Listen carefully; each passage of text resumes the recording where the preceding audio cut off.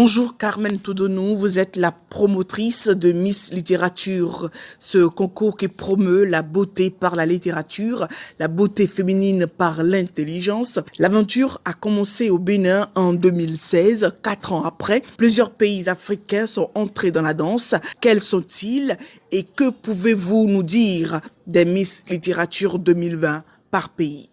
Gagnat Bello, bonjour et merci de me donner cette belle opportunité de m'exprimer à propos de Miss Littérature.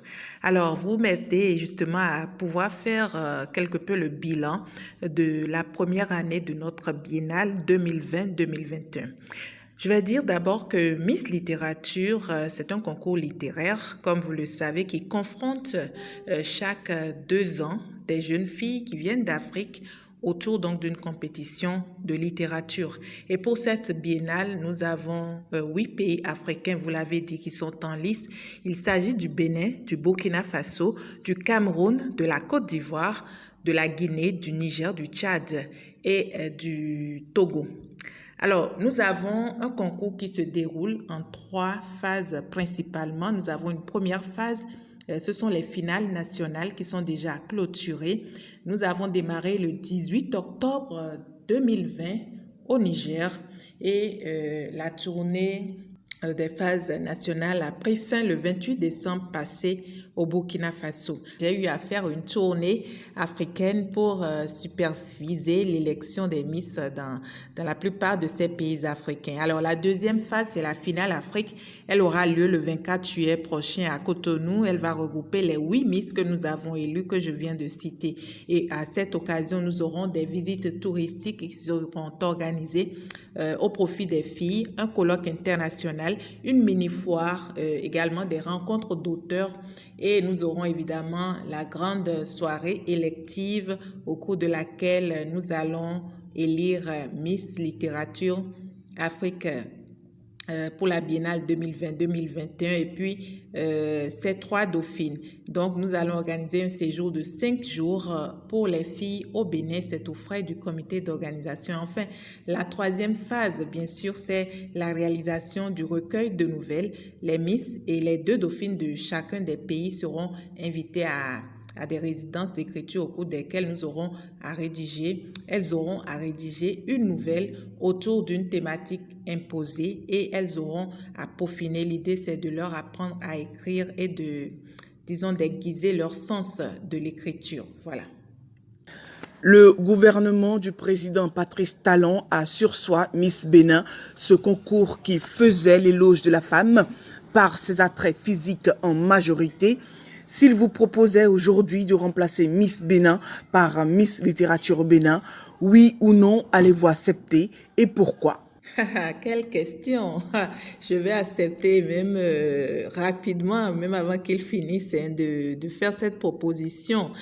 En fait, lorsque nous avons créé le concours Miss Littérature, notre idée, c'était vraiment de donner envie aux jeunes filles de se cultiver, de plus tabler sur leur beauté intellectuelle que sur leur beauté physique.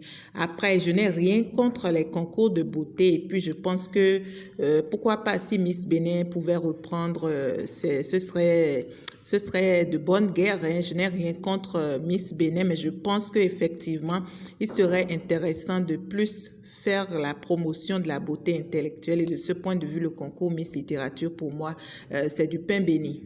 Carmen Toudonou, vous êtes une écrivaine charismatique et dynamique. S'il vous était donné de définir la femme des temps modernes, comment la peindriez-vous? Alors, pour moi, la femme des temps modernes, c'est d'abord une femme travailleuse, une femme dynamique, indépendante et surtout une femme qui est libre, mais libre dans sa tête parce que je pense que toutes les entraves sont à lever dans la tête parce que c'est dans la tête qu'elles prennent place.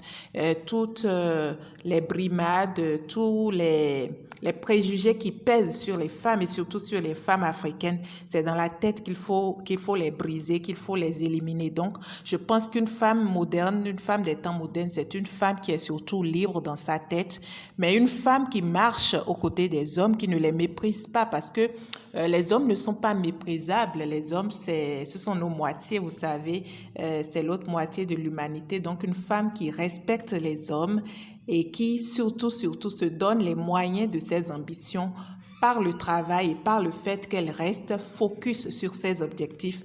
Une femme qui se définit ses objectifs et qui reste focus sur ses objectifs et qui arrive à les atteindre à force de persévérance et de travail. C'est comme ça que je définis la femme des temps modernes, et c'est une femme franchement qui pour moi est magnifique, elle est dynamique, elle est à l'image de toutes les femmes de nos contrées, de nos villages et de nos villes qui sont vraiment des travailleuses. Merci à vous, Carmen Toudonou, pour avoir répondu à toutes ces questions sur El Media Podcast. Je rappelle que vous êtes la promotrice de Miss Littérature, journaliste et blogueuse, surtout écrivaine, à votre actif plusieurs œuvres dont Presque une vie, Noir Vénus, Le Lionceau et Le Papillon.